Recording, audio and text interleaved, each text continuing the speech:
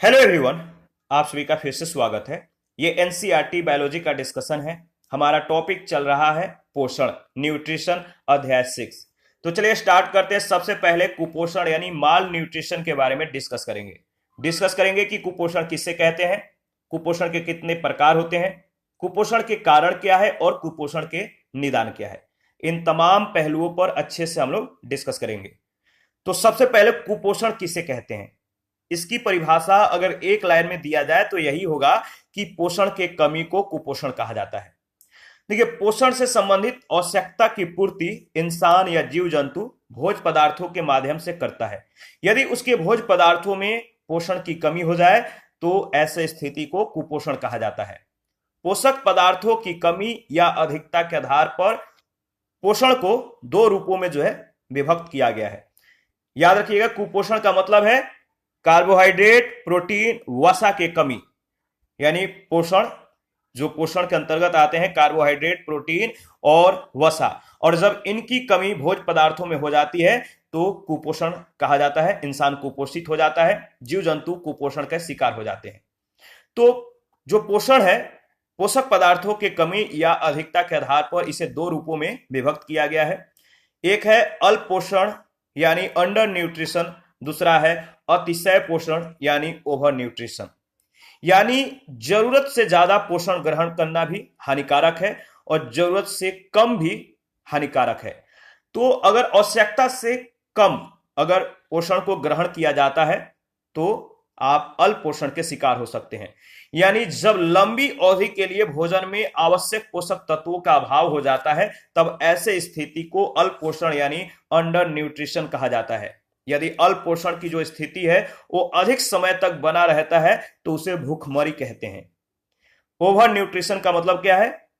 देखिए, लंबे समय तक आप आवश्यकता से ज्यादा पोषण ग्रहण करते हैं तो ऐसे स्थिति को अतिशय पोषण कहा जाता है। ओवर न्यूट्रिशन का आप शिकार हो सकते हैं और ओवर न्यूट्रिशन का शिकार होने पर शरीर में मोटापा और रक्त से संबंधित विकार यानी रोग और मधुमेह आदि रोग उत्पन्न हो सकते हैं। तो ये जो ओवर न्यूट्रिशन है ये बहुत ही हानिकारक है और कम न्यूट्रिशन को ग्रहण करना भी हानिकारक है। तो संतुलित मात्रा में पोषण को ग्रहण करना चाहिए। अगर बात करें तो कार्बोहाइड्रेट के कारण जो कुपोषण है किस तरह से हो जाता है, तो कार्बोहाइड्रेट के कमी से शरीर जो होता है कमजोर हो जाता है, शरीर में वीकनेस आ जाता है, थकान का अनुभव होने लगता है और इसकी जब अधिकता अगर कार्बोहाइड्रेट की अगर अधिकता हो जाए तो स्वास्थ्य के लिए भी यह हानिकारक ही होता है, क्योंकि भोजन में शर्करा की मात्रा अधिक होने से भोजन ठीक से नहीं पच पाता है। अजीर्णता के कारण कभी कभी दस्त आते हैं, उल्टी होने लगते हैं, पेट बढ़ जाता है और रुधिर में शर्करा की प्रतिशत मात्रा बढ़ जाती है। तो कार्बोहाइड्रेट का कमी या अधिकता ये दोनों ही नुकसान है। इसके बाद प्रोटीन के कारण कुपोषण होता है, यानी प्रोटीन के कमी के परिणाम स्वरूप शारीरिक वृद्धि और क्षतिग्रस्त ऊतकों के पुनर्निर्माण में अवरोध उत्पन्न हो जाता है, बाधा उत्पन्न हो जाता है, जिसे क्वासियोरकर, याद रखिएगा, जो प्रोटीन के कमी से जो रोग होता है इसे बोलते हैं क्वासियोरकर या मेरेस्मस। ये दोनों रोग हैं और प्रोटीन की कमी से ये रोग हो जाते हैं। क्वासियोरकर क्या है? देखिए, प्रोटीन की कमी से बच्चों में होने वाला यह रोग है क्वासियोरकर। और इस रोग के कारण जो होता है शारीरिक वृद्धि रुक जाती है, ठीक है, भूख में कमी आने लगता है, भूख नहीं लगता है और शरीर में सूजन हो जाता है। बालों में जो बाल होता है, हेयर जो होता है, इसमें रूखापन आदि ये सभी लक्षण क्वासियोरकर के मतलब कि प्रदर्शित होते हैं। इस रोग से केवल वही बच्चे पीड़ित होते हैं जिनमें दूध की मात्रा में कमी होती है, यानी दूध ग्रहण नहीं करते हैं संतुलित मात्रा में, या जो बच्चे बचपन में दूध का, माँ का दूध या जो पौष्टिक चीजें हैं इसको अगर सही रूप से ग्रहण नहीं किए हैं तो उनमें क्वासियोरकर के लक्षण दिखने लगते हैं। दूसरा है मैरेस्मस। यह रोग सामान्यतः 1 वर्षीय बच्चों में प्रोटीन और कैलोरी के कमी से होता है। तो जो 1 वर्ष के बच्चे हैं इनमें यह रोग ज्यादा होने की संभावना हो जाता है। किसके कमी से? तो प्रोटीन और कैलोरी के कमी से। इस रोग से पीड़ित बच्चों में त्वचा रूखी हो जाती है, जो रिंकल होता है यानी जो झुर्रीदार होता है, और मतलब उनके जो स्किन होते हैं वो झुर्रीदार हो जाते हैं, शाइनिंग उनके चेहरे पे नहीं होता है, स्किन पतली हो जाती है, और इसके अतिरिक्त उनकी शारीरिक वृद्धि में भी कमी आ जाता है। इसके बाद वसा के कारण भी कुपोषण का शिकार होया जाता है। जैसे वसा की कमी से शरीर की जो मांसपेशियां हैं वो निर्बल हो जाती हैं, कमजोर हो जाती हैं, और वसा की अधिकता होने पर मोटापे में वृद्धि हो जाता है, त्वचा ड्राई हो जाती है, शुष्क हो जाता है।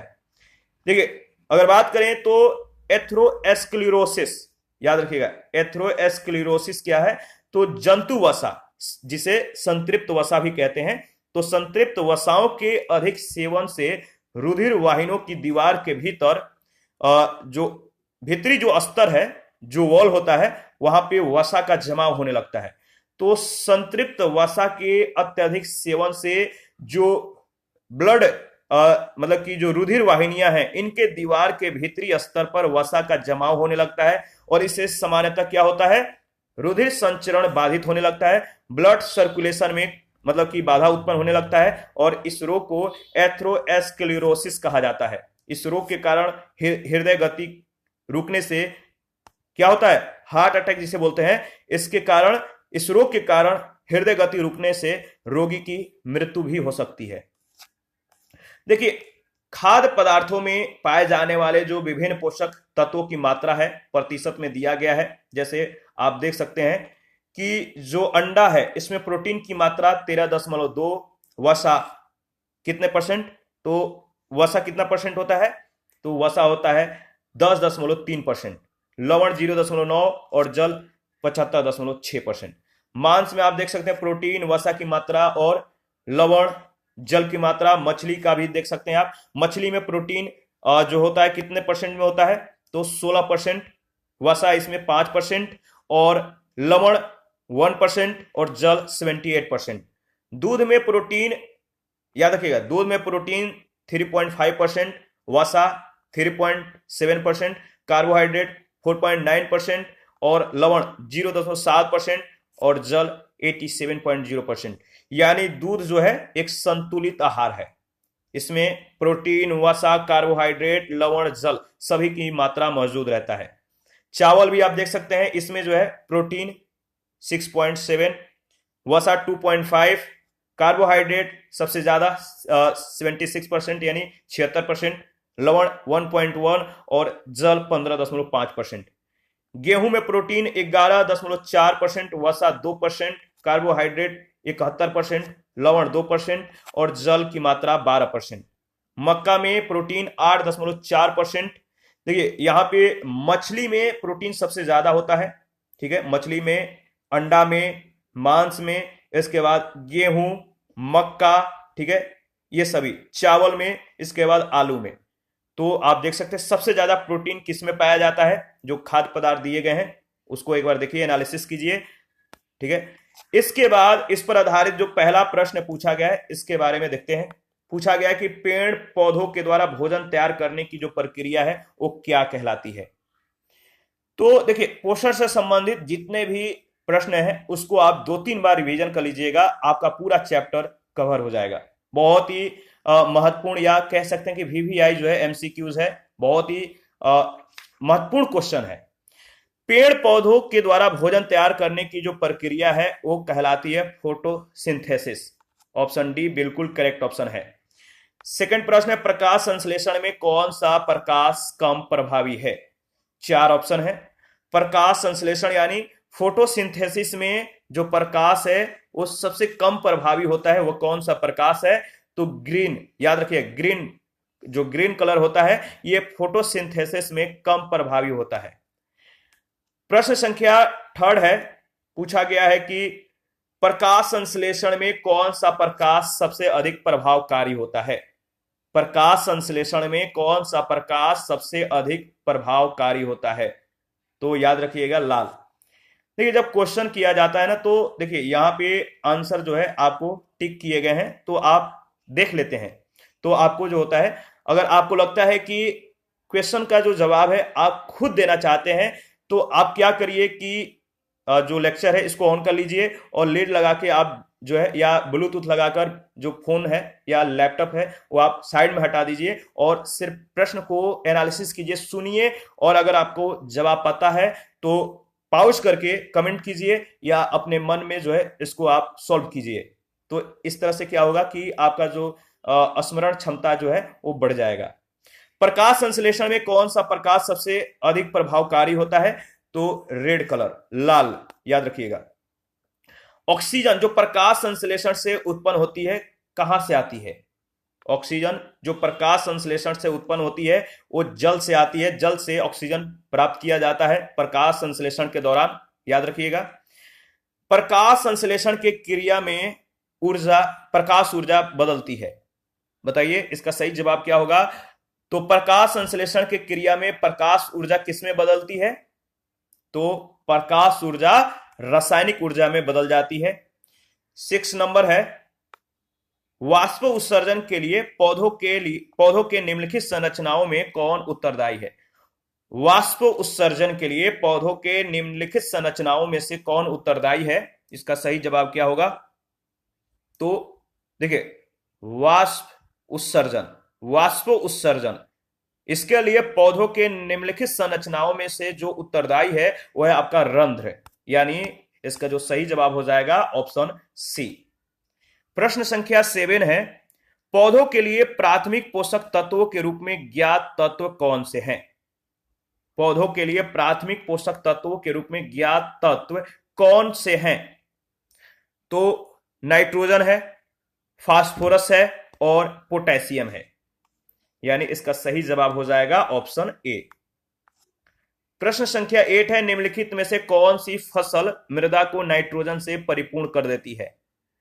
कौन सी फसल है जो नाइट्रोजन, जो मृदा है, मृदा को, वह कौन सी फसल है जो मृदा को नाइट्रोजन से परिपूर्ण कर देती है? वह आपका मटर का पौधा। किसका फसल? मटर। जो दलहनी पौधे होते हैं या फसल होते हैं, ये मृदा को नाइट्रोजन से भरपूर कर देते हैं, नाइट्रोजन से परिपूर्ण कर देते हैं। 9 नंबर है, निम्नलिखित में से कौन सा पादप हार्मोन नहीं है? पादप हार्मोन नहीं है वह है आपका इंसुलिन। यह पादप हार्मोन नहीं है, पादप में इस प्रकार के हार्मोन्स नहीं पाए जाते हैं। प्रश्न संख्या 10 है, निम्नलिखित में से कौन सा पादप हार्मोन है? पादप हार्मोन कौन सा है? तो साइटोकाइनिन, यह एक पादप हार्मोन है, याद रखिएगा। इसके बाद 11 नंबर है, बौने पौधों को किसके अनुप्रयोग से लंबा किया जा सकता है? जो छोटे बौने पौधे होते हैं जिनका विकास अवरुद्ध हो जाता है, किसके अनुप्रयोग से इन्हें लंबा किया जा सकता है, इनमें ग्रोथ किया जा सकता है? तो याद रखिएगा साइटोकाइनिन के माध्यम से, और यह एक पादप हार्मोन है। 12 नंबर है, वह खाद्य जो किसी एथलीट को तत्काल ऊर्जा प्रदान करता है, एनर्जी प्रदान करता है, वह खाद्य पदार्थ कौन सा है जो एथलीट को जल्द ही, मतलब कि रिसेंटली में ऊर्जान्वित कर देता है? वह है आपका, बताइए, वह है आपका ग्लूकोज, ऑप्शन ए। 13 नंबर है, प्रचुर मात्रा में खाद्य प्रोटीन के 2 ज्ञात स्रोत निम्नलिखित में से कौन से हैं? प्रचुर मात्रा में खाद्य प्रोटीन के 2 ज्ञात स्रोत निम्नलिखित में से कौन से हैं? इसका सही जवाब क्या हो जाएगा?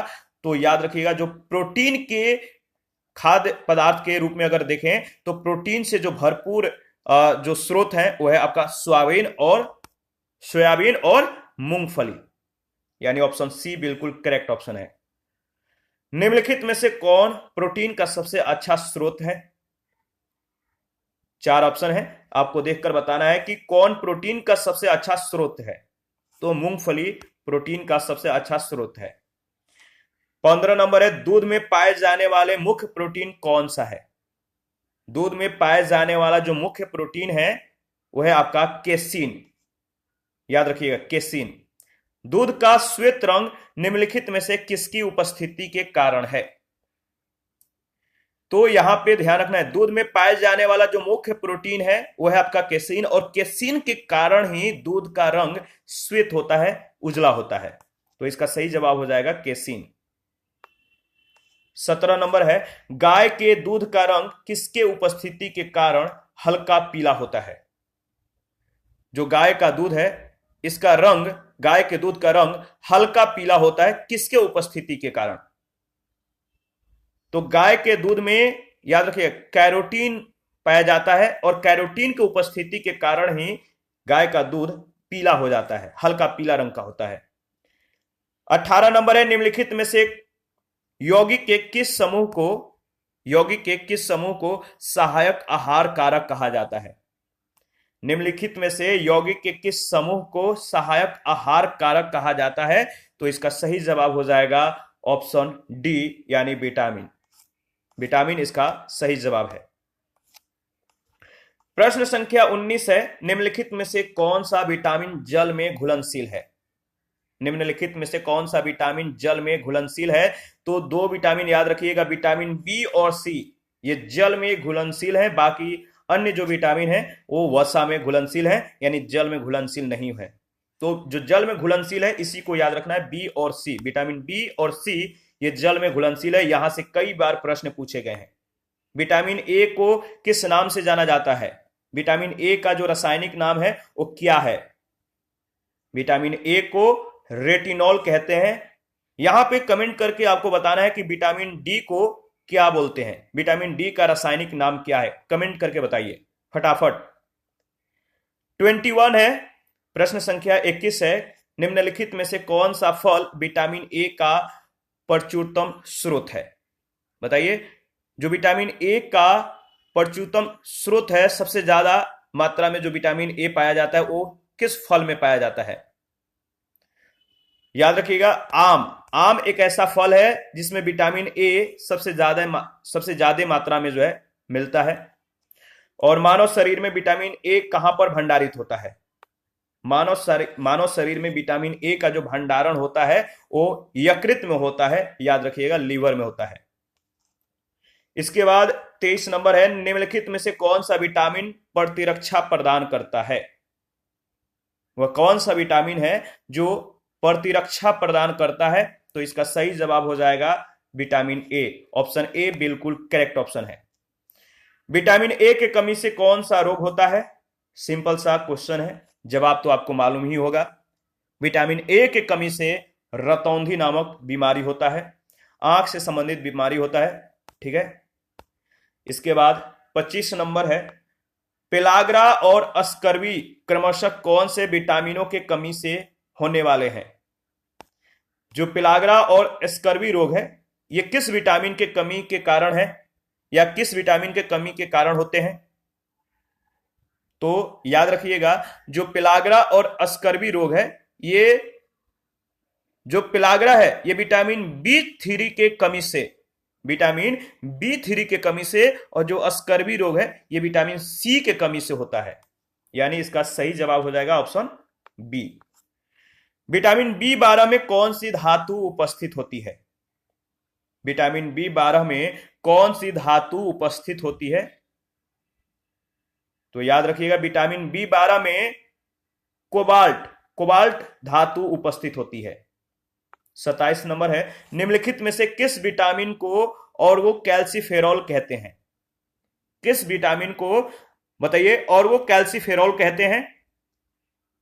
तो याद रखिएगा, विटामिन D2 को ऑर्गो कैल्सीफेरॉल कहा जाता है, यानी इसका सही जवाब हो जाएगा ऑप्शन ए। ठीक है। इसके बाद नेक्स्ट जो हमारा क्वेश्चन है, प्रश्न संख्या है 28, कोलिकैल्सीफेरॉल रासायनिक यौगिक का सामान्य नाम क्या है? कुछ ही सेकंड पहले इसके बारे में हम लोगों ने डिस्कस किया था, तो सेम क्वेश्चन है, थोड़ा सा आप जो है ध्यान दीजिएगा तो सही जवाब मिल जाएगा। कोलिकैल्सीफेरॉल रासायनिक यौगिक का सामान्य नाम है विटामिन डी। 29 नंबर है, मछली से प्राप्त होने वाला कॉड लिवर तेल किस विटामिन से समृद्ध होता है? मछली से प्राप्त होने वाला जो कॉड लिवर तेल है यह किस विटामिन से परिपूर्ण होता है, भरपूर होता है? तो विटामिन डी से, यानी बी ऑप्शन बिल्कुल करेक्ट ऑप्शन है।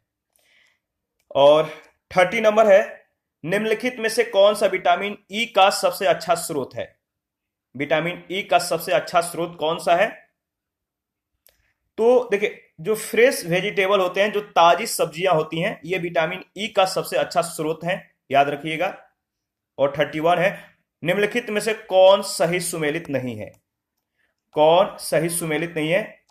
तो यहां पे आपको मालूम ही होगा कि विटामिन सी को क्या बोलते हैं?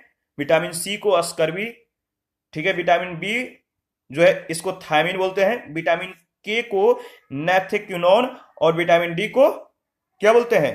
कमेंट करके बताइए। रेटिनॉल नहीं, ये जो है रेटिनॉल, इसको नहीं बोलते हैं। रेटिनॉल बताइए, विटामिन के किसको, ए के किसको बोलते हैं? कमेंट दोनों कीजिए। रेटिनॉल का रासायनिक यानी विटामिन, किस विटामिन को रेटिनॉल कहते हैं, और विटामिन डी का रासायनिक नाम क्या है? दोनों कमेंट करके बताना है। 32 में आपको बताना है कि निम्नलिखित में से कौन सा युग्म सही सुमेलित नहीं है? कौन सा युग्म सही सुमेलित नहीं है? तो यहां पे देखिए, विटामिन बी का जो स्रोत दिया गया है संतरा दिया गया है, विटामिन डी का कार्ड या कृत तेल दिया गया है, विटामिन ई गेहूं अंकुर तेल, और विटामिन के अल्फा अल्फा। तो देखिए यहां पे जो है जो सुमेलित नहीं है वो एक से अधिक, उपरोक्त में से कोई नहीं या उपरोक्त में से एक से अधिक, यानी इसका ई ऑप्शन बिल्कुल करेक्ट ऑप्शन है। तो यहां पे आप जो है, आपको एक वर्क दिया जा रहा है कि आप बताइए इन सभी का जवाब क्या होगा। विटामिन B1 का जो स्रोत है क्या है? क्या संतरा है? सही है या गलत? या संतरा नहीं है तो संतरा किसका स्रोत है? कमेंट करके बताइए। विटामिन डी का स्रोत क्या, जो विटामिन डी है इसका जो स्रोत है कार्ड या कृत तेल है, ये सही है तो अच्छी बात है, नहीं तो बताइए क्यों नहीं है। विटामिन ई का स्रोत और विटामिन के का स्रोत क्या है? 33 नंबर है, एक गिलास पानी पीने से कितनी कैलोरी मिलती है? पानी पीने से कितनी कैलोरी मिलती है? चाहे आप एक गिलास पी लें या एक मतलब कि ड्रम पी लें, आपको जो है 0 कैलोरी मिलती है। पानी में कोई कैलोरी नहीं मिलता है, याद रखिएगा। 34 नंबर है, घेंघा नामक रोग। घेंघा यानी जो गले में, या जिसे ग्लाइटर शायद बोलते हैं, जो घेंघा नामक रोग होता है ये सबसे ज्यादा गला में होता है, ठीक है। घेंघा नामक रोग किस त्वचा के कमी के किस तत्व के कमी के कारण होता है? तो घेंघा नामक रोग आयोडीन के कमी से होता है। गले में सूजन आ जाता है, फूल जाता है, बोलने में तकलीफ होता है। ये घेंघा नामक रोग के जो कारण है ये है आयोडीन। 35 नंबर है, शरीर के अंदर लौह तत्व के कमी से उत्पन्न होने वाला जो रोग है इसको क्या बोलते हैं? शरीर के अंदर लौह तत्व के कमी से उत्पन्न होने वाला जो रोग है इसको बोलते हैं रक्तहीनता। रक्त की कमी से जो शरीर के अंदर लौह तत्व के यानी आयरन के कमी से जो रोग उत्पन्न होता है उसे बोलते हैं रक्तहीनता। 36 नंबर है, निम्नलिखित में से कौन सा फल अस्कर्वी रोग के उपचार में उपयोगी है? तो अस्कर्वी रोग, इसका जो विटामिन है बताइए, किस विटामिन का रासायनिक नाम अस्कर्वी है? तो याद रखिएगा, जो विटामिन अगर बात करें तो जो फल मतलब कि है वो आंवला। आंवला में विटामिन सी सबसे ज्यादा मिलता है, तो अस्कर्वी रोग के उपचार में आंवला का प्रयोग किया जा सकता है। यहां पे अगर बात करें तो जो आंवला है ये विटामिन सी से भरपूर होता है, विटामिन सी, ठीक है। अस्कर्वी रोग के उपचार में जो आंवला है या जो विटामिन सी है वो उपयोगी होते हैं। इसी के साथ जो है हमारा नेक्स्ट जो प्रश्न है वो है 37। पूछा गया कि निम्नलिखित में से कौन सा एक मूल तत्व पत्ते के हरे वर्णक में स्थित रहता है? कौन सा मूल तत्व पत्ते के हरे वर्णक में स्थित रहता है? तो मैग्नीशियम। नेक्स्ट प्रश्न है 38, निम्नलिखित में से कौन सी गैस प्रकाश संश्लेषण प्रक्रिया के लिए आवश्यक है? कौन सी गैस प्रकाश संश्लेषण प्रक्रिया के लिए आवश्यक है? तो CO2। 39 है, निम्नलिखित में से किस खनिज की हीनता से प्रतिरक्षा न्यूनता होने की सबसे अधिक संभावना है? किस खनिज के हीनता से प्रतिरक्षा न्यूनता होने की सबसे अधिक संभावना है? तो जिंक यानी जस्ता। 40 नंबर जो है सूची 1 सूची 2 के साथ आपको मिलान करना है, तो चलिए मिलान करते हैं। एक तरफ खनिज और दूसरे तरफ मुख्य स्रोत का नाम दिया गया है। तो देखिए जो लौह है, लौह खनिज, इसका जो मुख्य स्रोत है वो है पालक। पोटेशियम का मुख्य स्रोत क्या है? पोटेशियम का मुख्य स्रोत है केला और खजूर। आयोडीन का बताइए, आयोडीन का जो मुख्य स्रोत है वो है आपका आयोडीन युक्त सामान्य नमक और कैल्शियम का दूध और अंडे। यानी इसका जो सही जवाब हो जाएगा वो ऑप्शन ए में दिया गया है। 41, इसको भी आपको सूची 1 सूची 2 के साथ मिलान करना है। तो चलिए मिलान करते हैं। एक तरफ विटामिन, दूसरी तरफ रासायनिक यौगिक का नाम दिया गया है, यानी उस विटामिन का जो रासायनिक नाम है वो दिया गया है। तो जैसे विटामिन ए को क्या बोलते हैं? विटामिन ए का रासायनिक नाम है रेटिनॉल। याद रखिएगा, यहां से प्रश्न कई बार पूछे गए, इस तरह से प्रश्न पूछे जाते हैं। तो विटामिन ए का रासायनिक नाम है रेटिनॉल, और विटामिन बी का रासायनिक नाम थायमीन, विटामिन सी का अस्कर्बिक अम्ल, और विटामिन डी को टोकोफेरॉल कहते हैं। तो इसका सही जवाब हो जाएगा ऑप्शन डी। 42 है, किस विटामिन को अपनी सक्रियता के लिए कोबाल्ट की आवश्यकता होती है? किस विटामिन को अपनी सक्रियता के लिए कोबाल्ट की जरूरत होती है? तो विटामिन B12 को। विटामिन B12 जो है इसका सही जवाब हो जाएगा। और इसी के साथ जो नेक्स्ट क्वेश्चन है देखते हैं। 43 है, शीत कोष्ठ में भंडारित फल अधिक समय तक चलते हैं क्यों? जो शीत भंडार गृह होता है, जो कोल्ड स्टोरेज जिसे बोलते हैं, शीत भंडार गृह, यहाँ पे जो चीजें भंडारित की जाती हैं या फल या सब्जियां वो अधिक समय तक क्यों चलते हैं, क्यों खराब नहीं होते हैं? क्योंकि जो शीत कोष्ठ होते हैं या जो शीतल गृह होते हैं या कोल्ड स्टोरेज होते हैं, ये श्वसन के दर, यानी वहां पे जो भोज्य पदार्थ होते हैं, खाद्य पदार्थ जो होते हैं, इनके श्वसन के दर को कम कर देते हैं, घट जाता है, इसीलिए खराब होने की संभावना कम होने लगती है। 44 नंबर, निम्नलिखित में से कौन सा हार्मोन पादप कोशिकाओं को इस प्रकार बढ़ने के लिए प्रेरित करता है कि जिससे पादप प्रकाश की ओर मुड़ा हुआ प्रतीत होता है? कौन सा वह पादप हार्मोन है, या वो कौन सा हार्मोन जो है पादप कोशिकाओं को इस प्रकार बढ़ने के लिए उन्हें प्रेरित करता है कि जिससे पादप जो है प्रकाश की ओर मुड़ा हुआ प्रतीत होता है? वह है आपका ऑक्सिन। 45 है, निम्नलिखित में से कौन सा पादप हार्मोन मुख्यतः फल परिपक्वता के लिए उत्तरदायी है? वह कौन सा पादप हार्मोन है जो फल परिपक्वता के लिए उत्तरदायी है? वह है एथिलीन। 46 है, निम्नलिखित में से किसका निर्माण हमारे शरीर में नहीं होता है? 4 ऑप्शन है, ऑप्शन को देखिए और बताइए कि वह कौन सा प्रोटीन, हार्मोन, एंजाइम या विटामिन है जो हमारे शरीर में नहीं बनता है, इसका निर्माण हमारे शरीर में नहीं होता है? तो विटामिन ए का। 47, एक संतुलित आहार में क्या पाया जाता है? एक संतुलित आहार में क्या पाया जाता है? तो 1/2 प्रोटीन, 1/4 वसा और 3/5 कार्बोहाइड्रेट। 48 है, निम्नलिखित भोजन में से किसके द्वारा प्रति ग्राम सर्वाधिक ऊर्जा प्राप्त होती है? निम्नलिखित भोजन में से किसके द्वारा प्रति ग्राम सर्वाधिक ऊर्जा प्राप्त होती है? तो इसका सही जवाब हो जाएगा वसा, यानी ऑप्शन बी बिल्कुल करेक्ट ऑप्शन है। 49 है, पोषक तत्वों को मुख्यतः निम्नलिखित 2 वर्गों में विभाजित किया जाता है। पोषक तत्वों को निम्नलिखित 2 वर्गों में विभाजित किया जाता है, कार्बनिक और अकार्बनिक। कार्बनिक और अकार्बनिक में, यानी ऑप्शन ए बिल्कुल करेक्ट ऑप्शन है। इसी के साथ आज का जो सेशन है वो समाप्त हो जाता है। नेक्स्ट सेशन में कंकाल तंत्र यानी स्केलेटल सिस्टम के बारे में हम लोग डिस्कस करेंगे। आप अपना प्रतिक्रिया देते रहिए, आपके प्रतिक्रियाओं का हमें बेसब्री से इंतजार रहता है। और जिन लोगों ने Telegram channel, Telegram quiz group, Facebook page, Instagram को ज्वाइन नहीं किया है, वीडियो के डिस्क्रिप्शन बॉक्स में उसका लिंक है, आप ज्वाइन कर सकते हैं। अगर आपको पीडीएफ चाहिए तो पीडीएफ अवेलेबल है। इसके लिए Telegram channel, Telegram quiz group या चैनल के कम्युनिटी बॉक्स में जाइए, वहां पर इसके रिगार्डिंग में इंफॉर्मेशन को अपडेट कर दिया गया है। थैंक यू, मिलते हैं नेक्स्ट सेशन में।